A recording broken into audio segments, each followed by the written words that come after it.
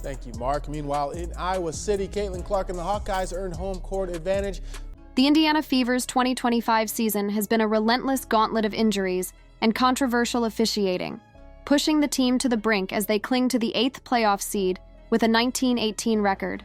Facing the Minnesota Lynx on August 24, 2025, the Fever were decimated with 5 key players sidelined. Caitlin Clark, groin injury out over a month. Sophie Cunningham, season-ending MCL tear. Khloe Bby, knee soreness. Sydney Colson, season-ending ACL tear. And Arie McDonald, season-ending foot fracture.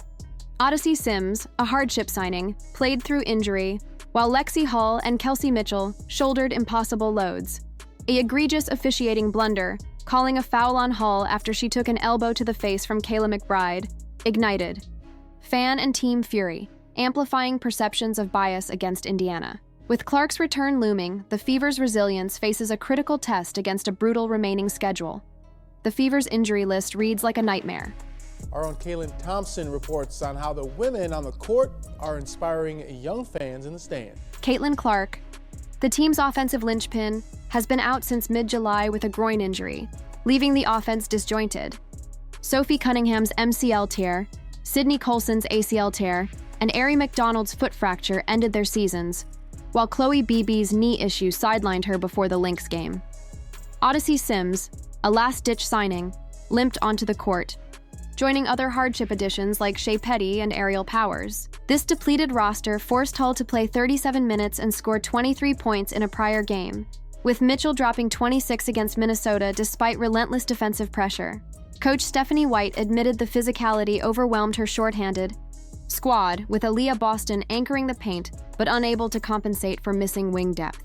The Fever's rotations, reliant on emergency signings, lack chemistry, making every game a survival test. The Lexie Hull incident epitomized the Fever's officiating woes. I was those little girls. I was always begging my dad to take me to basketball games, college basketball games. In the third quarter against Minnesota, Kayla McBride's elbow caught Hull in the face during a rebound attempt, sending her to the floor. Shockingly, officials called a foul on Hull, ignoring the clear contact. A review upgraded McBride's foul but stopped short of a flagrant, leaving fans and analysts stunned. Social media erupted, with posts decrying the call as evidence of bias, one stating, "McBride was trying to knock Lexie right on her booty cheeks." Stephanie White's subtle critique that the game was called differently echoed earlier controversies, like the May 24, 2025 Fever Liberty game, where 27 fouls on Indiana, nearly double New York's, and a bribery scandal led to 3 referees' firings. Fans, citing repeated uncalled physicality against Fever players, question if the league tolerates targeting, especially with Clark's absence exposing the team's vulnerability. Despite the odds, the Fever refused to collapse. The Hawks survive and advance. They'll play again on Sunday. Kelsey Mitchell's 26-point effort against Minnesota showcased her superstar grit, fighting traps and creating offense alone. Khloe Bby, a hardship signing, dropped 16 points off the bench, an unexpected spark from a player thrust into major minutes.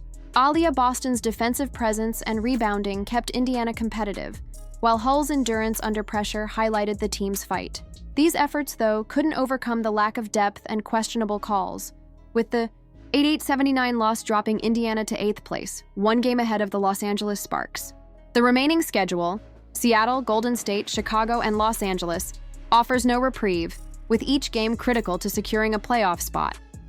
Clark's absence has been devastating. Her 17.1 points, 8.2 assists, and 5.8 rebounds per game, 2024 averages, orchestrate Indiana's offense, opening the floor for Mitchell and Boston. That's really what it's all about, inspiring the next generation, and I think our team does a tremendous job of that. Without her, the Fever lack a floor general, relying on Mitchell's scoring and patchwork lineups.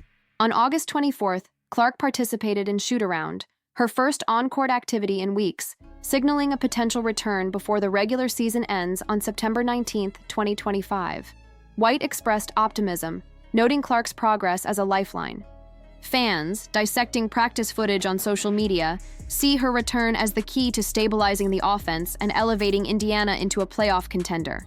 However, even Clark's return may not fully counter the injury toll and officiating challenges. with the team needing Herculean efforts to hold their seed. The officiating controversy isn't isolated. The May 2025 bribery scandal, where 3 referees were fired after manipulating a Fever Liberty game, fueled distrust. Fans and analysts point to a pattern: unpunished physicality against Indiana, like Clark's blindsiding by Marina Mabry in June 2025. Reporting in Iowa City, Kayla Thompson, WHO 13 News. Or Kennedy Carter's shove last season. Social media posts, like one calling the Hull call bad intentions, amplify the narrative that referees disproportionately penalize the Fever. This perception, coupled with injuries, creates a siege mentality, with fans demanding accountability.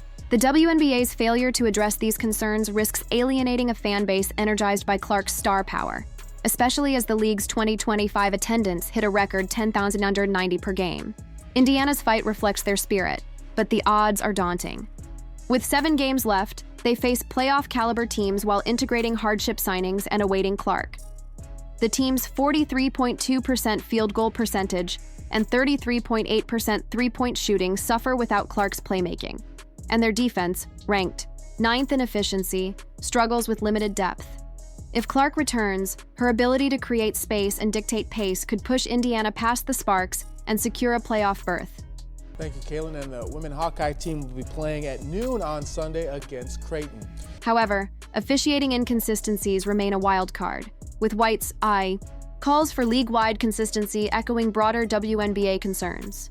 The Fever's resilience, seen in Mitchell's heroics, Petty's emergence, and Boston's steadiness, offers hope.